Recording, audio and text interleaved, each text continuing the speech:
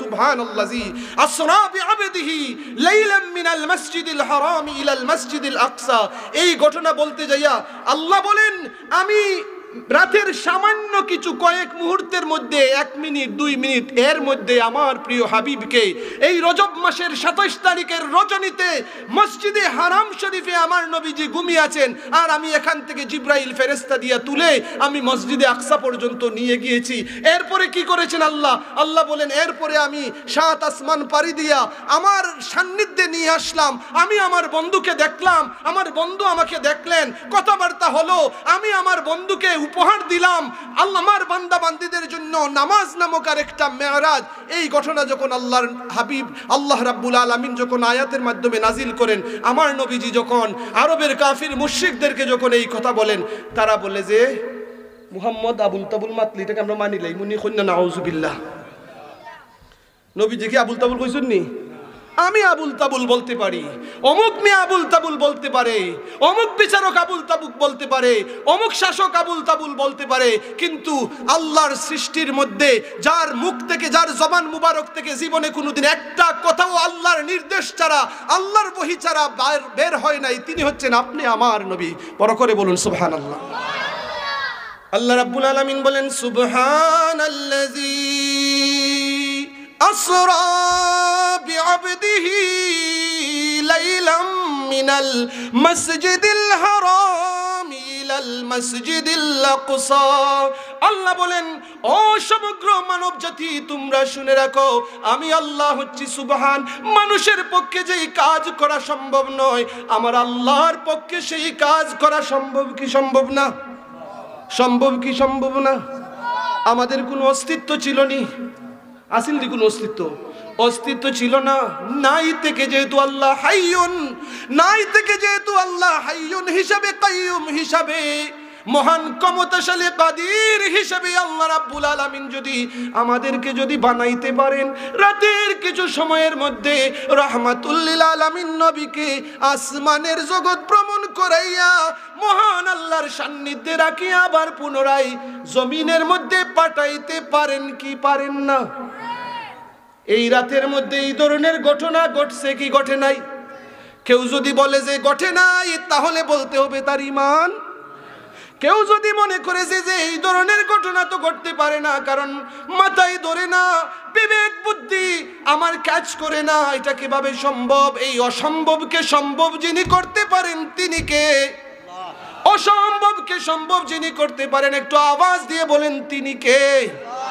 ওই আল্লাহ বলেন, আমি আল্লাহ তো শুধু আল্লাহ না, আমি আল্লাহ তো হচ্ছে কাদির, সকল বিষয়ে যিনি ক্ষমতা রাখেন, আমি আল্লাহ হচ্ছি সেই কাদির। বলেন না সুবহানাল্লাহ। আল্লাহ বলেন, আমি বলছি সুবহান, যার কোনো দোষ নাই। কেউ যদি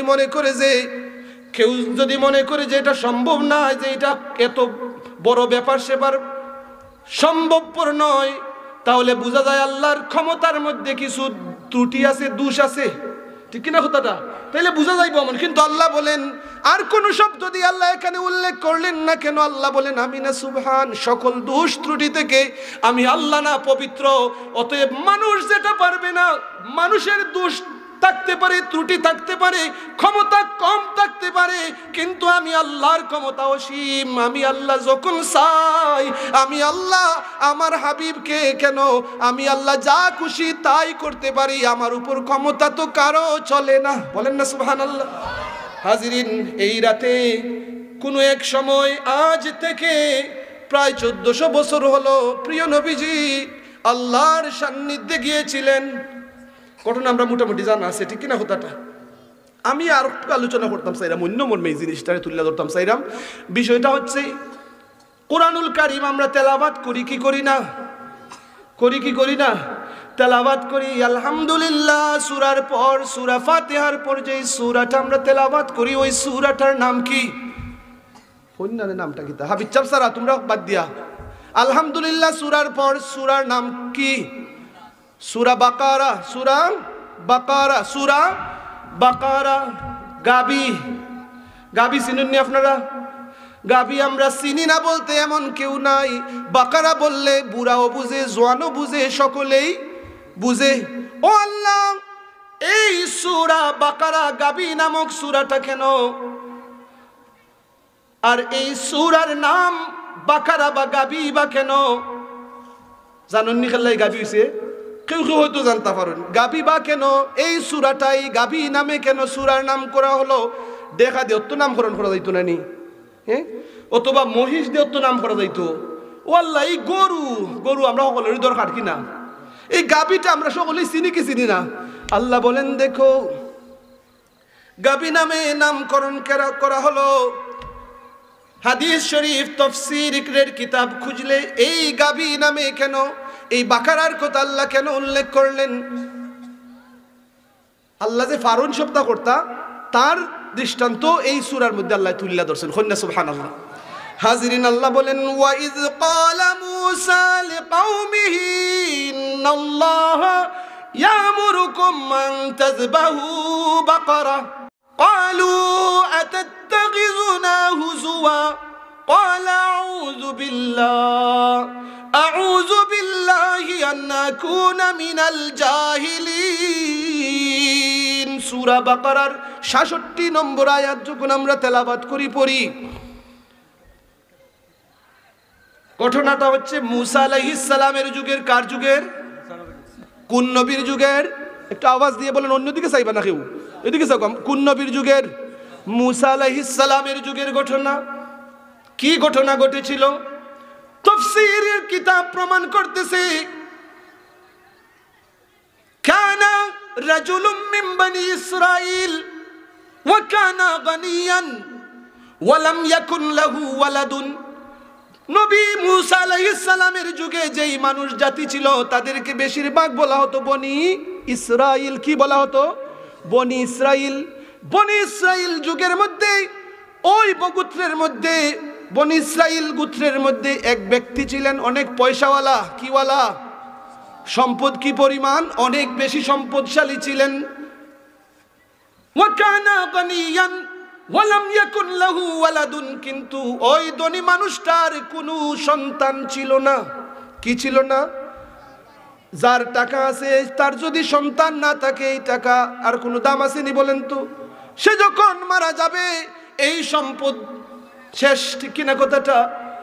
বনি ইসরাইল যুগের ওই ধনী মানুষটার সম্পদ ছিল এত বেশি, কিন্তু সে মারা যাওয়ার পর সম্পদকে রক্ষণাবেক্ষণ করবে অথবা বাবার উত্তরসূরি হিসেবে যে দায়িত্ব পালন করবে এমন কোন সন্তান তার মধ্যে ছিল না। সন্তান দেন কে?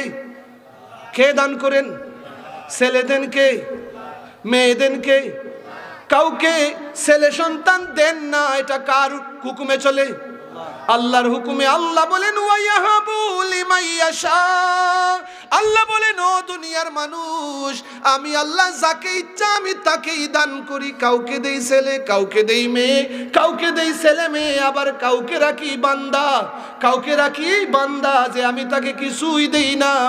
ওই সন্তানের জন্য বিবাহ শাদী করার পর স্বামী স্ত্রী দেখা যায় সন্তান যখন আসে না, ডাক্তারের দুয়ারে বারবার ধরনা দেই, কবিরাজের কাছে যায়, মসজিদের ইমাম সাহেবের কাছ থেকে তাবিজ নেই, হুজুরদের কাছ থেকে তাবিজ নেই। কার জন্য? সন্তানের জন্য। কার জন্য? সন্তানের জন্য। এই একটা সন্তান যখন মায়ের গর্ভের মধ্যে আসে ওই মা কতটুকু খুশি হয়? সীমা আছে নিটার, হওয়া যাইবনি কতক্ষণ খুশি হয়। আল্লাহ বলেন ওয়ায়াহাবু লিমান ইয়াশা। এই যে আমার সন্তানেরা রাহে মদিনা নামক গাউসিয়া সুন্নি যুব সংঘের মাধ্যমে যেই সন্তানেরা এই মাহফিল করাইছে ওদের উপর আমরা খুশি থাকতে পারি কিনা? ওজাত সন্তানতে আমরা দরকার বালা কাজ করাই, ঠিক কিনা কথাটা? হাজিরিন, যেই সন্তান আমার সব কিছু আমার বর্তমানে দেখাশোনা করবে, আমি মারা যাওয়ার পর যেই সন্তান বলবে রাব্বির হামহুমা কামা রাব্বায়ানি সগীরা, এই সন্তান যদি, আমার সন্তান যদি এই কথা বলে তাইলে আমার সন্তান কাজে লাগলো।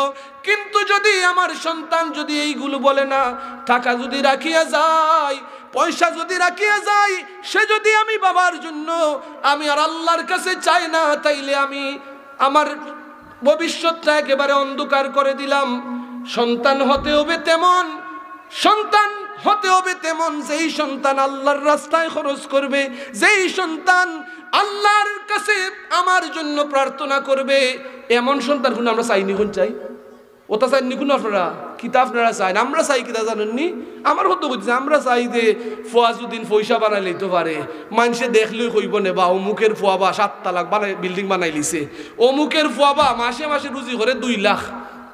ও তুই আমরা চাই, চাওয়াটা আমরা বদলানি লাগবো। হাজিরিন, মাহফিলের মধ্যে আসেন আপনারা সব সময়, মাহফিল একটা দুইটা হয় না। আপনার ছেলেকে আপনি কি করবেন? আপনি যে রেখে যাবেন আপনার সমুদয় সম্পদ সবকিছু পিছনে রেখে যে আপনি যাইবা দুনিয়া থেকে, এই সন্তান আপনার জন্য কি করবে? টাকা পয়সা আপনার কোনো বাফরে ফুলানতে খাওয়াইতে আমরা দেখলাম না। খেললা কি যে বাফেই যা খামাই করুন ওগুলা খাইয়া বাফই মরতে পারেন না। আমার দেখা অনুযায়ী সকল বাবাই চায় যে তার সন্তানের লাগে কিছু রাখা যাইতো। কথা বলেন ঠিক কিনা? তাহলে যেই সন্তানের জন্য আপনি আমি পাগল হই যে খালি কিচ্ছু রাখা যাইতাম, ওই সন্তানের লাগি আমরা, ওই সন্তান তো আমার খাওয়াইতো না, আপনি বিদেশ পাঠাইবার লাগে অত বেউসি দেখার লাগি। আগে ওই সন্তানকে কোরআনের তালিম দিতে হবে, আগে ওই সন্তানকে নামাজি বানাইতে হবে, আগে ওই সন্তানকে হাফিজে কোরআন বানাইতে হবে, আগে ওই সন্তানকে ভালো মানুষ বানাইতে হবে, আগে ওই সন্তানকে আল্লাহমুখী করতে হবে। নবীর প্রেম ওই সন্তানের অন্তরের মধ্যে, ছেলের অন্তরের মধ্যে, মেয়ের অন্তরের মধ্যে ঢুকাইতে হবে। এটাই লোক আমরা প্রথম দায়িত্ব। এছাড়া বিদেশ পাঠানি, টেকা বানানি, তার লাগি টেকা রাখা যাওয়া, এগুলা কোনো বাবার দায়িত্ব না। এটা লোক আলাদা কিছু যদি সম্ভব করা যায়, লালন পালন কইরা বালা তালিম দিয়া যদি কিছু রাখা যাওয়া যায়, এটা লোক আলাদা বিশেষভাবে আপনি করবা, এটা আপনার দায়িত্ব। কিন্তু আমাদের রেসপন্সিবিলিটি এন্ড আমাদের ডিউটি সেটা হচ্ছে যে আমার সন্তানকে আমি আল্লাহমুখী বানাতে হবে। কোনমুখী? আল্লাহমুখী বানাতে হবে। যারা যারা নিজেদের সন্তানকে আল্লাহমুখী বানানোর জন্য নিয়োজিত আছেন, এই কাজ করে যাইতেছেন, আমি তাদের জন্য প্রাণ খুলে দোয়া করি। যেহেতু আল্লাহমুখী বানাতে হলে মক্তবমুখী দিতে হবে, মাদ্রাসায় দিতে হবে, দ্বীনি শিক্ষা, দ্বীনি তালিম দিতে হবে।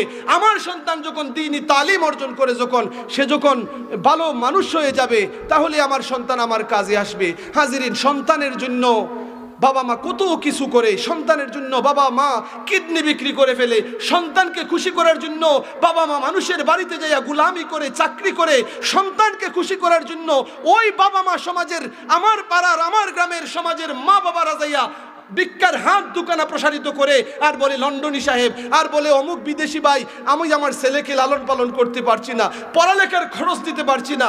ওই সন্তান, যেই সন্তানের জন্য বাবা মা হচ্ছে বেহেশত, ওই সন্তানের জন্য বাবা মা যাইয়া মানুষের দুয়ারে হাত পাতে। হাজিরিন, এখানে আল্লাহর বান্দা বনি ইসরাইলের যেই ঘটনা, যেটা সূরা বাকারা, গাভীর সূরার মধ্যে যেটা আনা হয়েছে, ওই ব্যক্তির কোনো ছেলে মেয়ে নাই। কানা রাজুলুম মিন বনি ইসরাইল ওয়া কানা গানিয়ান ওয়া লাম ইয়াকুন লাহু ওয়ালাদুন। ওই মানুষটার কোনো ছেলে সন্তান নাই। ওয়া কানা লাহু করিবুন ওয়া কানা ওয়ারিসুহু ফাকাতালাহু লিয়ারিসাহু। ওই মানুষটার এক বাতিজা ছিল। কি ছিল? বাতিজা ছিল। ওয়ারিস হিসাবে যে সমুদয় সম্পদ নিয়ে যাবে, বাতিজার মনের মধ্যে উদয় হলো, হায়রে আমার চাচা কোন দিন মারা যাইবা, আমার চাচা কোন দিন মারা যাইবা, আমি এই সম্পদের মালিক হব। এই প্ল্যান শুধু বাতিজার হৃদয়ের মধ্যে। শেষ পর্যায়ে সন্তান ওই বাতিজাকে এসে কুমন্ত্রণা দিল শয়তানে, যে তোমার চাচা দেখছো নি মররা তো না, দে নানি সন্তান শয়তানে কুজল্লা, দেখছো নি বয়স কত হইছে, মররা না তো। আতাহুমুশ শাইতান ফাকালা লাহুম হাল লাকুম ইলা আন তাকতুলু আম্মাকুম ফাতারিসু মালাহু। শয়তান এসে ওই বাতিজার কাছে কুমন্ত্রণা দিল, বিবেকের কাছে সলা পরামর্শ দিল। আল্লাযী ওয়াসওয়িসু ফি সুদুরিন নাস। শয়তানি মানুষের হৃদয়ের মধ্যে ওই কথাগুলা তুললা ধরে, এই কোন দিন আর মালিক হইতে, তোর বয়স কমনি, তুইও তো বুড়োই যাইবে, তোর চাচার মাল পাই তুইলে তুই কিতা করতেইবে, চাচার মাল পাই তুইলে কিতা কর লাগবো, চাচারে মারণ লাগবো, কিতা কর লাগবো, না মারলে কোনো সম্পদের মালিক হওয়া যাইব নি কোন চাই। হাজিরিন, লক্ষ্য করেন, চাচার মাল আত্মসাৎ করার জন্য কোন সূরার মধ্যে আল্লাহ ঘটনা বর্ণনা করতেছেন? সূরা বাকারা ফইলা আলহামদুলিল্লাহর পরের সূরা।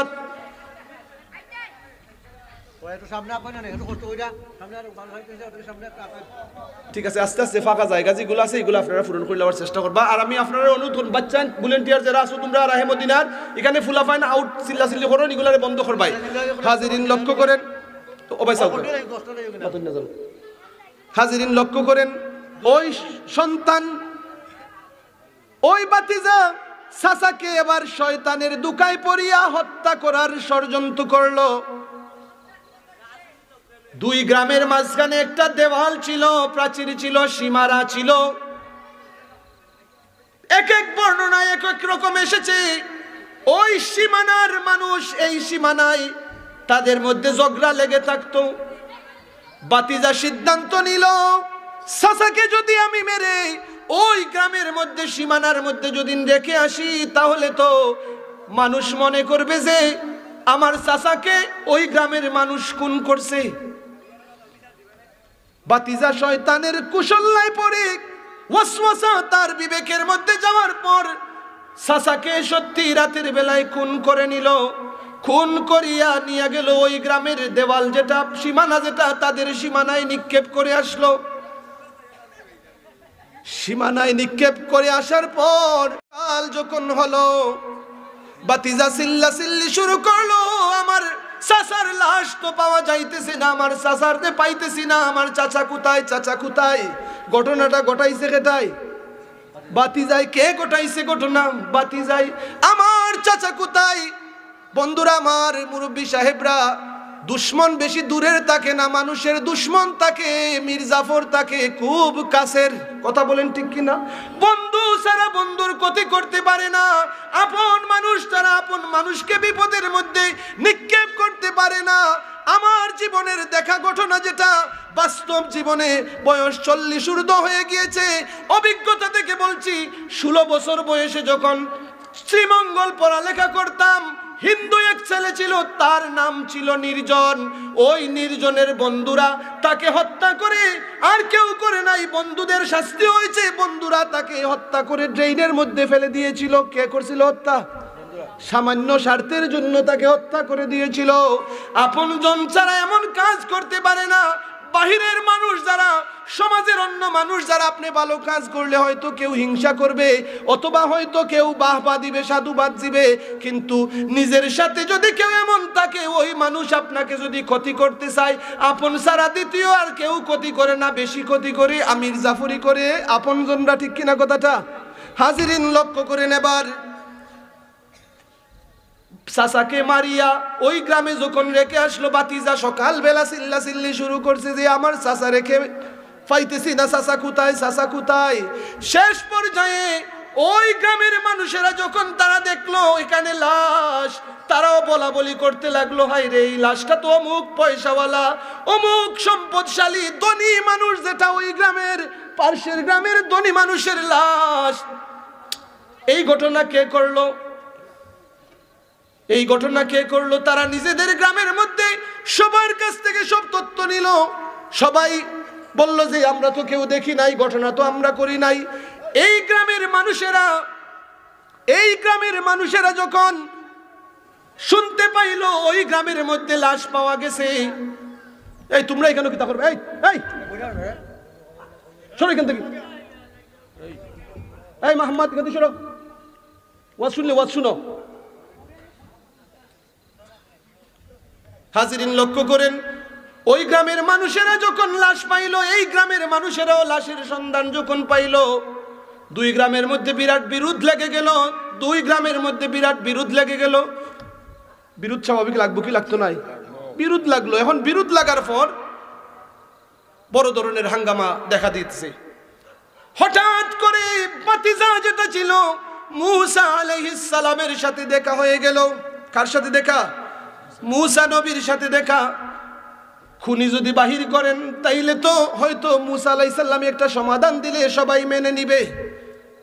মূসা নবী যদি একটা কথা কইলেন তাইলে সমাধান হয়ে যেত, হইতে পারে একটা। হে বেটাকে বালা মানুষ দেখাইয়া ভাবছে যে নবীরা খুনিতা হইলেইতে পারবানি। নবীরা সব কিছু কইতে পারেন, কন্যা সুবহানাল্লাহ। এরা হইল গা নবী।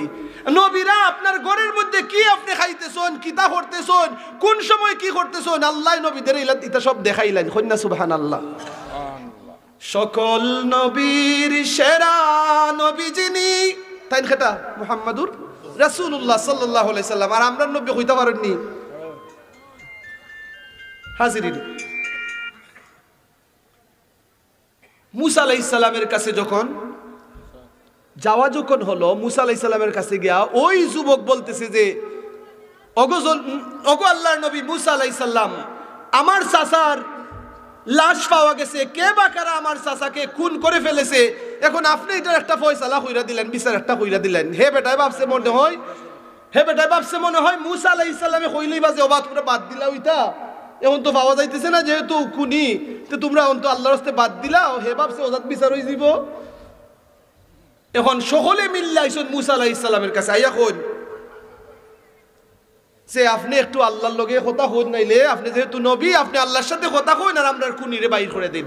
আল্লাহ কোরআনের আয়াত নাজিল করলেন, সূরা বাকারার 66 নম্বর আয়াত থেকে শুরু করে কয়েকটি আয়াত আল্লাহ তুলে ধরলেন। আল্লাহ বলেন, ওয়া ইয ক্বালা মূসা লিকাওমিহি, মূসা নবী যখন তার জাতিকে, তার লোকজনকে, মানুষদেরকে বললেন, ইন্নাল্লাহা ইয়ামুরুকুম আন তাযবাহু বাকারা। মূসা আলাইহিস সালাম চলে গেলেন কুহেতুর পাহাড়ে। কোথায় গেছেন? কুহেতুর পাহাড়ে যাইয়া কথাবার্তা শুরু করে দিলেন। ও আল্লাহ, খুন একটা হইছে, এখন তুমি কিছু বলো, তুমি ফয়সালা দাও, আমার কি করতে হবে, কে খুন করেছে সেটা বাহির করব কিভাবে। আল্লাহ রাব্বুল আলামিন নির্দেশ দিলেন, ও মূসা, তুমি যাইয়া ওই মানুষদেরকে বলো তারা যেন একটা গাই জবাই করে। সুবহানাল্লাহ। ওয়াল্লাহ, গাই জব হলে বুঝিন খুনি বারই যাব। সুবহানাল্লাহ না? মূসা আলাইহিস সালাম বলেন, ইয়ামুরুকুম আন তাযবাহু বাকারা, ও আমার মানুষেরা, আল্লাহর সাথে আমার কথা হয়েছে, আল্লাহ বলেছেন তোমাদেরকে বলার জন্য একটা গাবি তোমরা জবাই করতা। এখন হেরা কি তা হয়? ঘটনা খেদা কইরা আল্লাহ কইরা, ঘটনা খেদা কইরা কুরানো আল্লাহ কইরা, আমরা নবীজিরে শুনাইরা, নবীজির তাকি আমরা পাইছি, এখন আমরা ওইগুলা শুনাইতেছি, ঠিক কিনা কথাটা? আল্লাহ বলেন, হও তাদেরকে যাইয়া তারা যেন গাবিটা জবাই করে। মূসা নবী যখন ওই জাতির কাছে যখন এই কথা বললেন, মূসা আলাইহিস সালাম এসে বলার সাথে সাথে ওই মানুষেরা তখন বলতে লাগলো, ও মূসা, আপনি কি আমাদের সাথে ডং করতেছেন নাকি? আপনি আমরা লোকে ডং করা না তা, আমি যদি আপনারা যদি হই না এই ধরনের, এটা আমরা কেমনে বাইর করতাম, আর কেউয়া হয় যে ওটা করো, এটা কোনো ধরনের কোন সমাধান আইব নি? চাই আমরা চাইলাম আমরা কুনি বার করতাম, আর তুমি আছো তোমার গরু জবত, ঠিক কিনা কথাটা? যে কুনানের কথা কুনান আপনি কইরা, আপনি নবী হইছেন, আপনারা কইলা আমরা বাইর কইরা দিতে রহস্য, আর আপনি কইরা গরু জব করতাম। আতাত্তাখিজুনা হুজওয়া, ও মূসা নবী, আপনি কি আমরা সাথে ডং করেন না তা?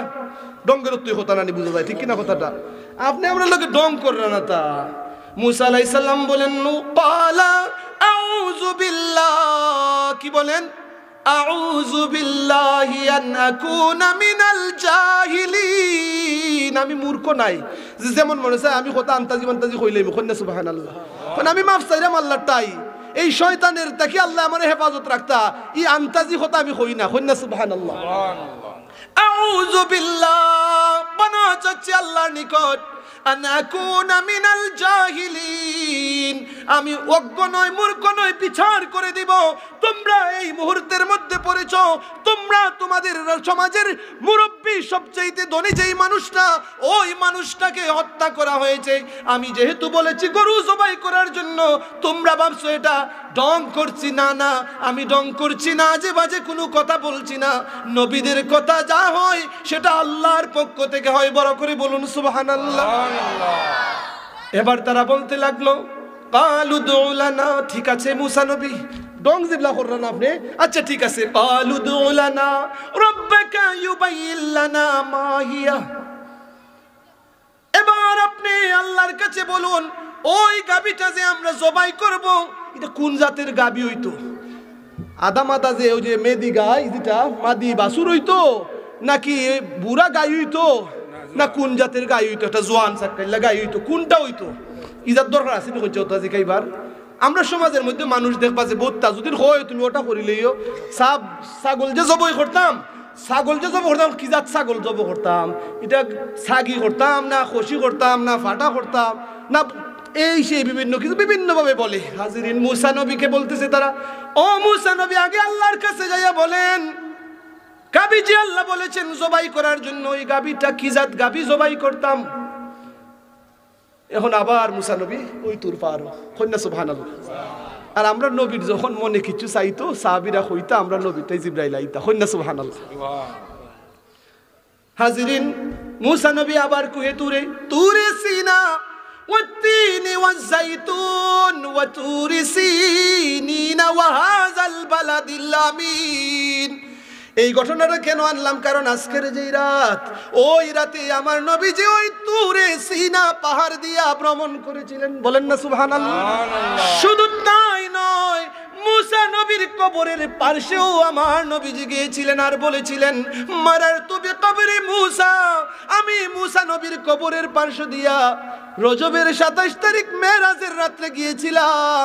আমি দেখেছি মুসাকে কবরের মধ্যে ওয়াহুয়া ইউসাল্লি, ওই কবরের মধ্যেও মুসা নবী নামাজ আদায় করতেছেন। সুবহানাল্লাহ বলেন। আমি নবী কি করলাম? সেখানে যাই আমি 2 রাকাত নফল নামাজ পড়লাম। আমি ওই রাতের মধ্যে ঈসা আলাইহিস সালাম যেখানে জন্মগ্রহণ করেছিলেন ওই জন্মস্থানের মধ্যেও আমি নবী গিয়েছিলাম। আর সেখানে যাই আমি নবীজি ঈসা আলাইহিস সালামের জন্মস্থানের পাশে যাইয়া 2 রাকাত নফল নামাজ আদায় করেছিলাম। বলেন না সুবহানাল্লাহ। সেই জন্য মা বোনেরা আমাদেরকে ফোন করে জিজ্ঞেস করেন হুজুর কেমন বন্দেগি করব? নির্দিষ্ট কোনো বন্দেগি মেরাজুন নবীর রাত্রে নাই, সকল রাত্রে যেভাবে আপনি বন্দেগি করতে পারেন। তবে এই রাত যেহেতু বিশেষ রাত, ওই রাতে বিশেষ বিশেষ 2 রাকাত করে আপনি যা মন চায় তাই পড়বেন। নির্দিষ্ট কোনো সূরা নাই যে ওই সূরা দিয়ে পড়তে হবে, যে কোনো সূরা দিয়ে আপনি যদি পড়তে পারেন 2 রাকাত 4 রাকাত 6 রাকাত 8 রাকাত পড়ুন আলহামদুলিল্লাহ। কারণ এই রাত্রে নমাজ যেহেতু আমরা পাইছি, ওই নমাজরে আমরা হাদিয়া হিসেবে নিতাম আর ওই ঘটনাটা স্মরণ করতাম। হাজিরিন, লক্ষ্য করেন মুসা নবী দৌড় দিয়া কুহে তুর পাহাড়ের মধ্যে চলে গেলেন। ও আল্লাহ, আমার মানুষেরা জিজ্ঞেস করতেছে ওই গাবিটা যে জবাই করবে, গাবির ব্যাপারে আপনি একটু বলার জন্য। ক্বালা ইন্নাহু ইয়াকুলু ইন্নাহা বাকারাতুন লা ফারিদুন ওয়ালা বিকরুন। মুসা আলাইহিস সালাম চলে আসলেন, এসে বললেন তোমাদের কথা বলেছি, আল্লাহ বলেছেন এমন গাবি জবাই করার জন্য। ওই গাবিটা হচ্ছে, তিনি বলেছেন সেটা হবে একটা গাবি যা বৃদ্ধ নয় এবং কুমারীও নয়, বার্ধক্য নয়, অর্থাৎ একবারে বুড়া অনলে তোর নাই, আবার একবারে খেসলি মাদি বাসুর যে ইটাও নাই, মাঝারি ধরনের একটা গাবি জবাই করতা। এখন এটা একটা অন্য তুই জবাই করিলে তুই খামুই যায় না নিখুন চাই। এবার কি বলে, ও মুসা বুঝলাম আপনি তো এই কথা বলেছেন। কিছুক্ষণ যাওয়ার পর তারা বলতে লাগলো ওই যে কুনি বারোই তো না করি বাতিজা যে ও তার এটা মাথাইরো একটা বিচারের মধ্যে দেখা যায় রায় একজনে দিলাইছো নি, তারে ফেসাইতে ফেসাইতে দেখা যায় কতজনে আরো খামো খাবাতে ওই গুইরাকে ওরা এর মধ্যে আয়। ঠিক কিনা কথাটা? গুইরা আবার দেখা যায় যে এই প্রস্তাব দিয়েছিল ওঠার মধ্যে অনেক সময় বিচার পঞ্চায়েতের রায় আয়, কিন্তু হমুকে তো মাতন লাগে না হতলা, ও মারতে মারতে মারতে মারতে হমুকেও মাতে, ও মুখেও মাতে। এখন মাতে খেল লাগে মাতে জানেনি মগের মূল্যক দীক্ষা, খেল লাগে মাতে মগের মূল্যক দীক্ষা। নাইলে আগে যদি বিচারকে বিচার করতেন, যদি কোনো সমাজ ব্যবস্থার মধ্যে হুকুম হয়ে গেছে শেষ বিচার, এটাই হলো ফয়সালা। সকলে যে মাতি লাইতা খালি ই মাতি লাওয়া বেটাগিরি যে আমি ফারি মারতাম এটা না। আমরা মনে করি যে 2 কথা মাতি লাইলি মনে হয়ে গেছে হে বেটা মাতে বা বিচারের মাঝে বা ফুজ্জেতের মাঝে, ঠিক কিনা কথাটা? অনেক সময় মানুষ মনে করে যে না মাত লয়ে গেছে, কিন্তু আপনি মাতবেন খাজে যেটা আসবে এবং যেটার যেই কথার মাধ্যমে সমাধান হবে জিনিসটা, এই কথা যখন আপনার সামনে পৌঁছে যাইব, যারা বুঝদার এরা এটা ডাইরেক্ট মানে লাই। আর যেটা মনে করেন যে বুঝদার বলতে বেশি বুঝদার, কি বুঝদার বেশি বুঝদার, হে বেটার একটা আলাদা থাক, ওই 2 কথা না মাতলেও না হে বেটা উঠটা হয় ঠিক আছে, তবে আবার একটু আমরা বুঝি দন বালা হয়ে বিভিন্ন কথাবার্তা হয়। তো এই ঘটনার মধ্যে এমন, কিন্তু ওই যে খু নিজে বাতি যা হে হকলারে লইয়া খালি মাথাইরো হয় এমনি জিকাও না তোমরা, হেমনে জিকাও না তোমরা। قالوا ادع لنا ربك يبين لنا ما لونها। ও মুসা নবী বুঝলাম যে মাঝারি ধরনের যুবক যেটা ওই বয়সের মধ্যম বয়সের একটা গাভী জবাই করব, তবে গাভীর রঙের কথা তো আপনি কিচ্ছু বলেন না। খালা দিতাম না, সিতরা দিতাম না, মেখরা দিতাম না, লাল কালারের দিতাম, কোনটা দিতাম তে আমরা ইতার দরকার আসিল নি কোন চাই একটা আনতো আর জবাই করলে তো কাম হয়ে যেত, ঠিক কিনা কথাটা? এখন আল্লাহর কাছে আবার মুসা নবীকে আল্লাহ রাব্বুল আলামিন বলতেছেন, ও মুসা যাইয়া তাদেরকে বলো, ক্বালা ইন্নাহু ইয়াকুলু ইন্নাহা বাকারাতুন সফরাউন, ইন্নাহা বাকারাতুন সফরাউন ফাকিউল লাউনুহা তাসুররুন নাজিরিন। মুসা আলাইহিস সালাম আসলেন, এসে বললেন আল্লাহ বলে দিয়েছেন কোন রঙের কোন জাতের গাভী জবাই করবা। আল্লাহ বলেছেন বাকারাতুন সফরা, একটু ওলদা ধরনের হইতো। হন্না সুবহানাল্লাহ। ইজাত গাই পাওয়া যায় না কোন চাই মাছ এখন ফাঁসো না মাতলে ওই গেল নেখাজ। আল্লাহ বলেছেন ইন্নাহা বাকারাতুন সফরাউন, সফরাউন হলুদ রঙের সোনালী রঙের একটা গাভী, ফাকিউল লাউনুহা যেই রংটা চকচক চকচক করে, তাসুররুন নাজিরিন যারাইটারে দেখবো ও যে সুন্দর। কন্যা সুবহানাল্লাহ। মানুষের দৃষ্টি কারিলাই যদি বড় ধরনের একটা বলদ যদি সার যদি দেখি আমরা, গাবি যদি দেখি, সাইওয়াল গাবি যদি দেখা হয় রাস্তাঘাটে, এটা কার গাবিটা বাদ দেখে কই কি হয় না চোখ দেখে এই সময় কিতা করে চৌকো লাগাইলে অনেকে চোখ লাগাইলে না। গায়ের যদি দেখা যায় লুন বেশি হয়, বাপরে তোমার এটা কয়সের দেয় বা দুধ, এখন কয়সের হইয়া হে বেটাই ই 9 শের এখন 2 শের বানাইলাই, বানায় কি বানায় না। পরের দিন থেকে দেখা যায় গাবি আর 6 শের দেয় না, কয়সের দেয় 2 শের। ও আল্লাহ রে, তোর চোখ তো বেশি বা চোখ। আল্লাহ হাক্কুন, আমার নবীজি বলেন মানুষের চোখ লাগে সেটা সত্য, এটা মানন লাগবো, চোখ লাগবো সত্য। এখন চোখ কিভাবে লাগবে না তার তো ঔষধ দিয়েছেন আমার নবী। হন্না সুবহানাল্লাহ। যখনই তুমি কোনো কিছু দেখো নিজের সন্তানের দিকে দৃষ্টি দিলেও মা বাবার নজর লাগি যাইতে পারে, বেশি মায়ায় নজর না লাগে যেন আমার বাচ্চার গায়ে, ঠিক কিনা কথাটা? আমার শোনা বাচ্চার চোখ দৃষ্টির মধ্যে যেন বডির মধ্যে যেন শরীর লেপদা লুপদা হইলে আমার ফুরুত্তা হইছেন, যখনই হইতাম মাশাআল্লাহ আমার ফুরি থেকে স্বাস্থ্য হইল, পরের দিন দেখবে আমার অন্য কেউর গাত আমার নজর লাগছে না, আমরা মনে হয় না আর কেউ লাগছে উঠছে। ও তো দেখছি আমরা যেমন আল্লাহ থইরা খাওয়াইরাম, এদিন যখন খাইছে কই মাশাআল্লাহ, আমরা মাত্রা মাশাআল্লাহ কইরাম বলতে একটা অনেক সময় তো মাশাআল্লাহ অনেক খেয়াল থাকে না, ঠিক কিনা কথাটা? যে ফুরিটা তো এখন ফুরি বড় হইল না, দেখা ছোটো মোটো হয়েছে, দেখা অলিভ অয়েল তেল মা খাইয়া ফাওয়ারে টানতাম ছোটোবেলায়, খেসি রাখতে সময় অর্থাৎ 1-2 মাসের ভিতরে তেল মা খাইতাম আর টানতাম, আর ফুরিলে লাম্বুইবনি। এখন মাশাআল্লাহ মার থাকি লম্বইছেন। হাজিরিন, নজর লাগে এটা সত্য। এবার নজর না লাগার জন্য কি করবেন? আপনি যদি কোনো সুন্দর বাচ্চারে দেখেন বলেন মাশাআল্লাহ, কি বলবেন? মাশাআল্লাহ। আগে আপনার নিজের সন্তানকে দেখেন, বউরে দেখেও আজকে দিই তোমার সুন্দর লাগে মাশাআল্লাহ। এখন আর ফুরি টুরি আর বাড়িত নাই। বোন যে দেখছেন আপনার, বাইরে দেখছেন আপনার ভাই, আজকে তো আপনার মাশাআল্লাহ খুব সুন্দর লাগে, তখন কি দইব নজর আর দৃষ্টি অন্য কিছু লাগবে না। আপনি যখন কোনো মানুষের গাবি দেখবেন, গরু দেখবেন, ফসল দেখবেন, এই বাবাকে তিজারা করে দেখা যায় ওই বেটায় দেখা গেছে ফসল, কি জাত ফসল লাগছে দেখছে নি ভাই, বাদশামি আর ফসলের তো দেখা যায় অভাব নাই, এবার দিছে বা উড়ি তা যে মোটা মোটা বীজ অত মোটা মোটা হইব, এই যখন হইলেইছে দেখা যায় পরের দিন থেকে ফসল শেষ, ঠিক কিনা কথাটা? এমন হয় কি হয় না? আমি আপনার বাদশামিসের কথা কইরাম না, অন্য অনুষ্ঠানের কথা কইরাম। হাজিরিন লক্ষ্য করেন, ঘটনা হলো এমন, যখন আমরা বলবো কোনো কিছুকে দেখার পরে মাশাআল্লাহ, যেমন আল্লাহ ইচ্ছা করেছেন তেমন হয়েছে, নজর আর লাগবে না, বলেন না সুবহানাল্লাহ। এবার তারা আল্লাহ বলে দিয়েছেন এমন গাবি জবাই করো যেই গাবির দিকে মানুষের সকলের নজর যায়, দেখলে মানুষ কয় মাশাআল্লাহ ওজাত গরুরই দরকার। আমরা যে ছোট জাহাজির গাই একটা রাস্তার দেখি আমরা মাঝে মাঝে ওজাত গাই হইতেইব, বা ইজাত রঙে হইতো না, আবার অলুদে সোনালি রঙ হইতেইব, কন্যা সুবহানাল্লাহ। বেশি দিন তারা নামাত্র এই সোনালি রঙের দরকার আসিল নি কোন চাই। এখন দেখেন কি হয়, কালু দুলানা, এই কথায়ও বনি ইসরাইলের মানুষেরা শেষ হয় না, তারা বলে উদউ লানা রাব্বাকা ইউবাইয়িন লানা মা হিয়া ইন্নাল বাকারা তাশাবাহা আলাইনা ওয়া ইন্না ইনশাআল্লাহু লামুহতাদুন। ও মুসা নবী, ওইটা তো আমরা দেখলাম, ওই কিন্তু এরকম যদি নয় আর একটু বালায় কইরা কইনা বুঝিয়া কইতা আর একটু ব্যাখ্যা দিতে আল্লাহ, তাইলে আমরা খুঁজিলাই মনে ঘটনা খেটাই শুনাইতেছুন, খেউ নাইতেছুন না আমি কইরাম এটা ঘটনা আল্লাহ কইছুন, খেটাই কইছুন আল্লাহ কইছুন। মানুষের এই যে ফুটি কাজী খালুর ফুটি যে লাখে লাখে মানুষ মরে, খাতারও খাতার গনিয়া বাঁচিয়া দেখে মাত্র 14,000। সিদিন মাত্র কইল পয়লা লাইনের মাঝে কইছে লাখ লাখ মানুষ মরি গেছে, ফরেল লাইনে কয় 14,000। ইজাত ঘটনা নিটা ই তৈলে মানুষের ঘটনা আন্তাজি মনে চাই যে মনে চাই জিতা হে লেখিলাই হে কইলাই। এই ঘটনা কে বলেছেন ভাইরা বাবারা, কে বলেছেন? আল্লাহ। এই ঘটনাকে আমরা যদি বলি যে এটা বানানো ঘটনা, তাইলে ওই মুল্লা বলেন আর মুসল্লি বলেন ইমান থাকবো নি?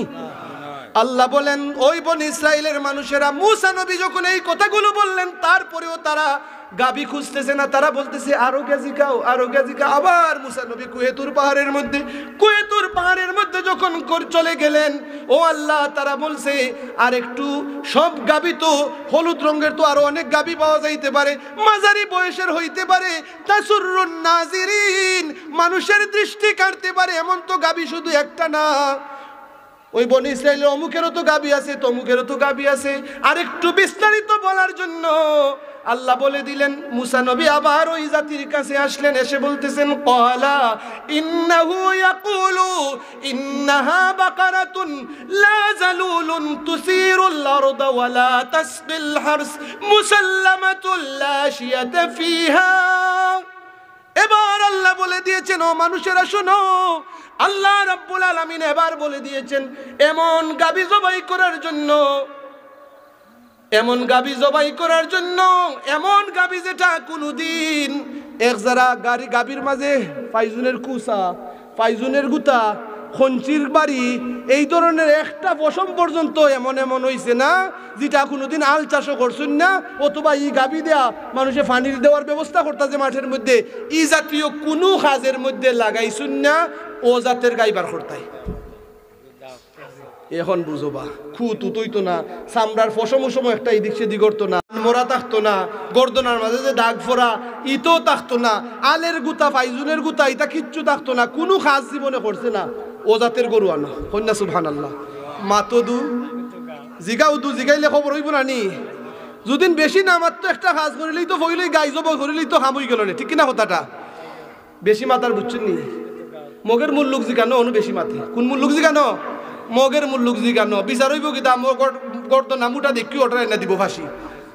হাজিরিন লক্ষ্য করেন, এবার তারা বলে ক্বালু আল্লাহ নাজিতা বিল হক, ও মুসা এখন আমরা ঠিক মতো নই বুঝি, এখন হাসা কথা লইছুন আপনি, ইজাত গরুও বেশে বা গরু হেবেটা বুঝছে যে বাতি যা হেবেটা তো বুঝেন না নাকি তা যে ইটা গরু আর পাইবানি কোনো আর কোনো খুনি বারই গরিবনি, আর দেখ মুন্ডে বিচার খেমনে হয়, পঞ্চায়েত কেমনে হয়, বিচার কেমনে হয়, দেখ মনে। পালু আল্লাহ নাজিতা বিল হক্কি, ও মুসা আলাইহিস সালাম, এবার আপনি সত্য ঘটনা, সত্য সংবাদ নিয়ে এসেছেন। ফাযাবাহুহা ওয়া মা কাদু ইয়াফআলুন, এবার তারা সবাই গাবি খুঁজার মধ্যে বের হয়ে গেল। এই জাতের সুন্দর গাবি পাবে কোথায়? বর্ণনায় এসেছে আজ থেকে ধরে প্রায় 40 বছর আগে এক ব্যক্তি ছিলেন, ওই ব্যক্তির সন্তান হয়েছে, ওই ব্যক্তি মারা গিয়েছেন এক বর্ণনায়। আরেক বর্ণনার মধ্যে তাফসীরে ইবনে কাসিরের মধ্যে এসেছে, আরেক বর্ণনার মধ্যে এসেছে যে এক যুবক ছেলে ছিল, ছোট কম বয়সের ছেলে ছিল, তার বাবার একটা গাবি ছিল, তার বাবা হয়তো ঘরের মধ্যে ঘুমন্ত অবস্থায় ছিলেন। ওই বাড়ির মধ্যে গাবি খুঁজতে খুঁজতে বনি ইসরাইলের মানুষেরা যখন এসে এই গাবিটা দেখলো, গাবিটা হয়তো জঙ্গলে ছিল, বিভিন্ন ভাবে বর্ণনা এসেছে। ওই গাবি যখন বনি ইসরাইলের মানুষেরা পাইলো, মানুষেরা পাওয়ার পর ওই গাবির কাছে যখন আসলো, এখন তারা দেখলো এমন গাবি, যেই গাবির কথা আল্লাহ রাব্বুল আলামিন বলে দিয়েছেন, ওই তো আমরা পেয়ে গেছি গাবিটা। এখন গাবি পাইলেছে, এখন গাবির কিনতে হইলে ঠেকাও তো ইজাত, গাবি কিনতে হইলে ঠেকা লাগবো না, নিখুঁজ যায় পয়সাওয়ালা যে সবচেয়ে ধনী যে বেটা, এ বেটার কুনিরে বাইর করতা। এখন ই গাভীর দাম অত তেমন হইব না নি। এখন গাভীর দাম বাজারে উঠতেছে। এক বর্ণনা এসেছে ওই গাভীর মালিক যে ছিল ওই আল্লাহর বান্দা ছিলেন না, সন্তানকে রেখে গিয়েছেন উপযুক্ত বয়সে। সন্তান ওই গাভী তার হাতে নিয়ে এসেছে। মা ছিল, মায়ের কাছে যাইয়া সন্তান জিজ্ঞেস করতেছে, মা গো, একদল মানুষ আসছে গাভী কিনে নেওয়ার জন্য, বেচবো নাকি? আরেক বর্ণনার মধ্যে এসেছে বাবা ছিলেন জীবিত, বাবা ছিলেন নিদ্রার মধ্যে। ছেলে একটা দাম এমনি বলে দিয়েছে, ওই দামের সাথে সাথে সবাই বলতেছে যে আমরা এই দাম দিব। দাম ৭০,০০০ ওই সময়ের স্বর্ণ মুদ্রা। সবাই যখন বলছে যে ঠিক আছে, এবার ছেলে বলতেছে আমার বাবা ঘুমের মধ্যে, তাফসীর ইবনে কাসির, আমার বাবা ঘুমের মধ্যে আছেন, ঘুম থেকে উঠলে আমি জিকাই মনে এখন তাড়াতাড়ি নিবার লাগি না ৮০,০০০ দিলাই মনে, ৯০,০০০ দিলাই মনে, ১,০০,০০০ দিলাই মনে। ওই সময়ের ১,০০,০০০ মানে এখনের ১০০ কোটি। ঘটনা যদিও দেখতে আশ্চর্য, ঘটনা বর্ণনা করছেন কে? আল্লাহ রাব্বুল আলামিন। সুবহানাল্লাযী আসরা বিআবদিহি। নবীজি রাতের সামান্য ২-১ মিনিটের মধ্যে মসজিদে হারাম থেকে মসজিদে আকসা পর্যন্ত, মসজিদে আকসা থেকে ২,২৪,০০০ বলেন আর ১,২৪,০০০ নবী রাসূল বলেন, সবাইকে আল্লাহ রাব্বুল আলামিন ওই মসজিদে আকসার পাশে নিয়েছেন কে? আল্লাহ। নিতে পারেন কি পারেন না? কেউ যদি বলে যে গুলাম আমি মানি না, তাইলে আল্লাহর কথা সে মানলো, নবীজির হাদিস সে মানলো না। ১,০০,০০০ বা ২,২৪,০০০ নবী রাসূল হাজির বাইতুল মসজিদে বাইতুল মুকাদ্দাসের মধ্যে। জিবরাইল আমিন এসে হাজির। জিবরাইল আমিন বলেন, ইয়া রাসূলুল্লাহ, ইয়া হাবিবাল্লাহ, ২ রাকাত নামাজ পড়াইবেন আপনি, আপনি হবেন ইমাম, আর সকল নবী রাসূল হবেন তার মুসাল্লি। বড় করে বলুন সুবহানাল্লাহ। এই রজব মাসের ২৭ তারিখ প্রিয় নবীজি আমাদের জন্য নিয়ে এসেছিলেন ৫ ওয়াক্ত নামাজ। বড় করে বলুন সুবহানাল্লাহ। ষষ্ঠ আসমানে যখন নবীজি আসলেন, একটা আয়াত সূরা বাকারার, এই সূরা বাকারা যে পড়লাম, সূরা বাকারার শেষের ৩টা আয়াত আল্লাহ রাব্বুল আলামিন নবীজির আসমানও নাজিল করছেন, ওহির মাধ্যমে নবীজির কাছে এই আয়াতগুলো পৌঁছাইছেন। কন্যা সুবহানাল্লাহ। শেষের 3টা আয়াত কিটা আল্লাহর নবী যখন, আল্লাহর নবীজি বলেন কেউ যদি সূরা বাকারার শেষের 3টা আয়াত যদি ডেইলি পড়ে, যদি হে সারা দিনের কোরআন তেলাওয়াত তার আদায় হয়ে গেল। কন্যা সুবহানাল্লাহ। মা বোনেরা যারা শুনতেছেন, সূরা বাকারার শেষের 3টা আয়াত যদি রজবের ২৭ তারিখ, এই আয়াত ওই সময় নাজিল হয়েছিল। সূরা বাকারার যেই ঘটনা, গাভীর ঘটনা বললাম, এই সূরার শেষের যে 3টা আয়াত আছে, এই 3টা আয়াত যদি কেউ তেলাওয়াত করে প্রতি রাত্রে বা প্রতিদিন, সে যেন সারা দিন রাতের তেলাওয়াত যেন তার জন্য আদায় হয়ে গেল, কাফি হয়ে গেল, যথেষ্ট হয়ে গেল। কন্যা সুবহানাল্লাহ। আয়াতগুলা কিতা? آمن الرسول بما أنزل إليه من ربه والمؤمنون كل آمن بالله وملائكته وكتبه ورسله لا نفرق بين أحد من رسله وقالوا سمعنا وأطعنا غفرانك ربنا ربنا وإليك المصير. لا يكلف الله نفسا লা ইউকাল্লিফুল্লাহু নাফসান ইল্লা উসাহা। আল্লাহ বলেন লা ইউকাল্লিফুল্লাহু নাফসান ইল্লা উসাহা। আল্লাহ কোন মানুষের উপর এমন কোন কাজ দেন না যেটা তার জন্য কষ্টকর হয়ে যায়। কন্যা সুবহানাল্লাহ। এমন কোন বোঝা আপনার উপর বোঝা আল্লাহ অর্পণ করেন না যেটা আপনার জন্য কষ্টকর। এখন নামাজ নিয়ে এসেছেন 5 ওয়াক্ত, এটা আপনি আমার জন্য বোঝা যারা মনে করেন হাত উঠান। নামাজ পড়া বোঝা নি কোন চাই, বুঝা নিখেল লাগি, তাইলে তো আমরা মাঝে মধ্যে 5 বার একটু দিনে সোজা হই না। আল্লাহ বলেন লা ইউকাল্লিফুল্লাহু নাফসান ইল্লা উসাহা। বুঝা যারা মনে করবে তারা জীবনেও সোজা হবে না। ঠিক কিনা কথাটা? হাজার ওয়াজ শুনবে, নামাজ একবারও পড়বে না, শুধু শুক্রবার কোন রকম। নামাজের মাস, রজবের মাস, নামাজি হয়ে যান। আজকে থেকে তওবা করেন, আজকে থেকে মাফ চেয়ে নেন। বাঁচবা কদিন বাঁচবা, খালি তোমার যেতে পারুন। মনের মধ্যে আশা রাখি যে আমরা বেশি দিন বাঁচতাম। আল্লাহ তুমি আমরা সবাইরে বেশি দিন বাঁচাও আল্লাহ। হো আমিন, হো না আমিন। সবাইরে আমরা রে আল্লাহ দীর্ঘ হায়াত দান করতে। আমরা মা বোনেরা যারা ওয়াজ শুনতেছেন, আমার প্রত্যেক ইমানদার নরনারীদেরকে আল্লাহ নেক হায়াত, দীর্ঘ হায়াত দান করুক, সকলে হোক আমিন।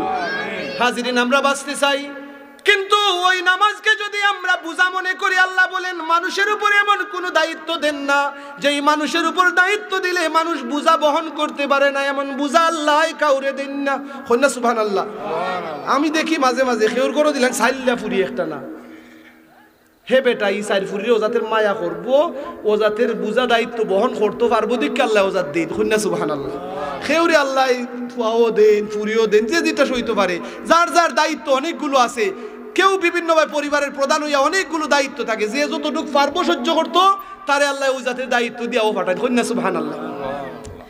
হাজিরিন, সূরা বাকারার শেষের 3 আয়াত যদি আপনি নারায়ে তাকবীর, নারায়ে রিসালাত, নারায়ে তাকবীর, নারায়ে রিসালাত, আহলে সুন্নাত ওয়াল জামাত হযরত হুজুরের আগমন, শুভেচ্ছার স্বাগতম। এই মাহফিলের পক্ষ থেকে সম্মানিত উপস্থিতি, আমাদের মধ্যে সে উপস্থিত হয়েছেন আজকের মাহফিলের প্রধান অতিথি হুজুর।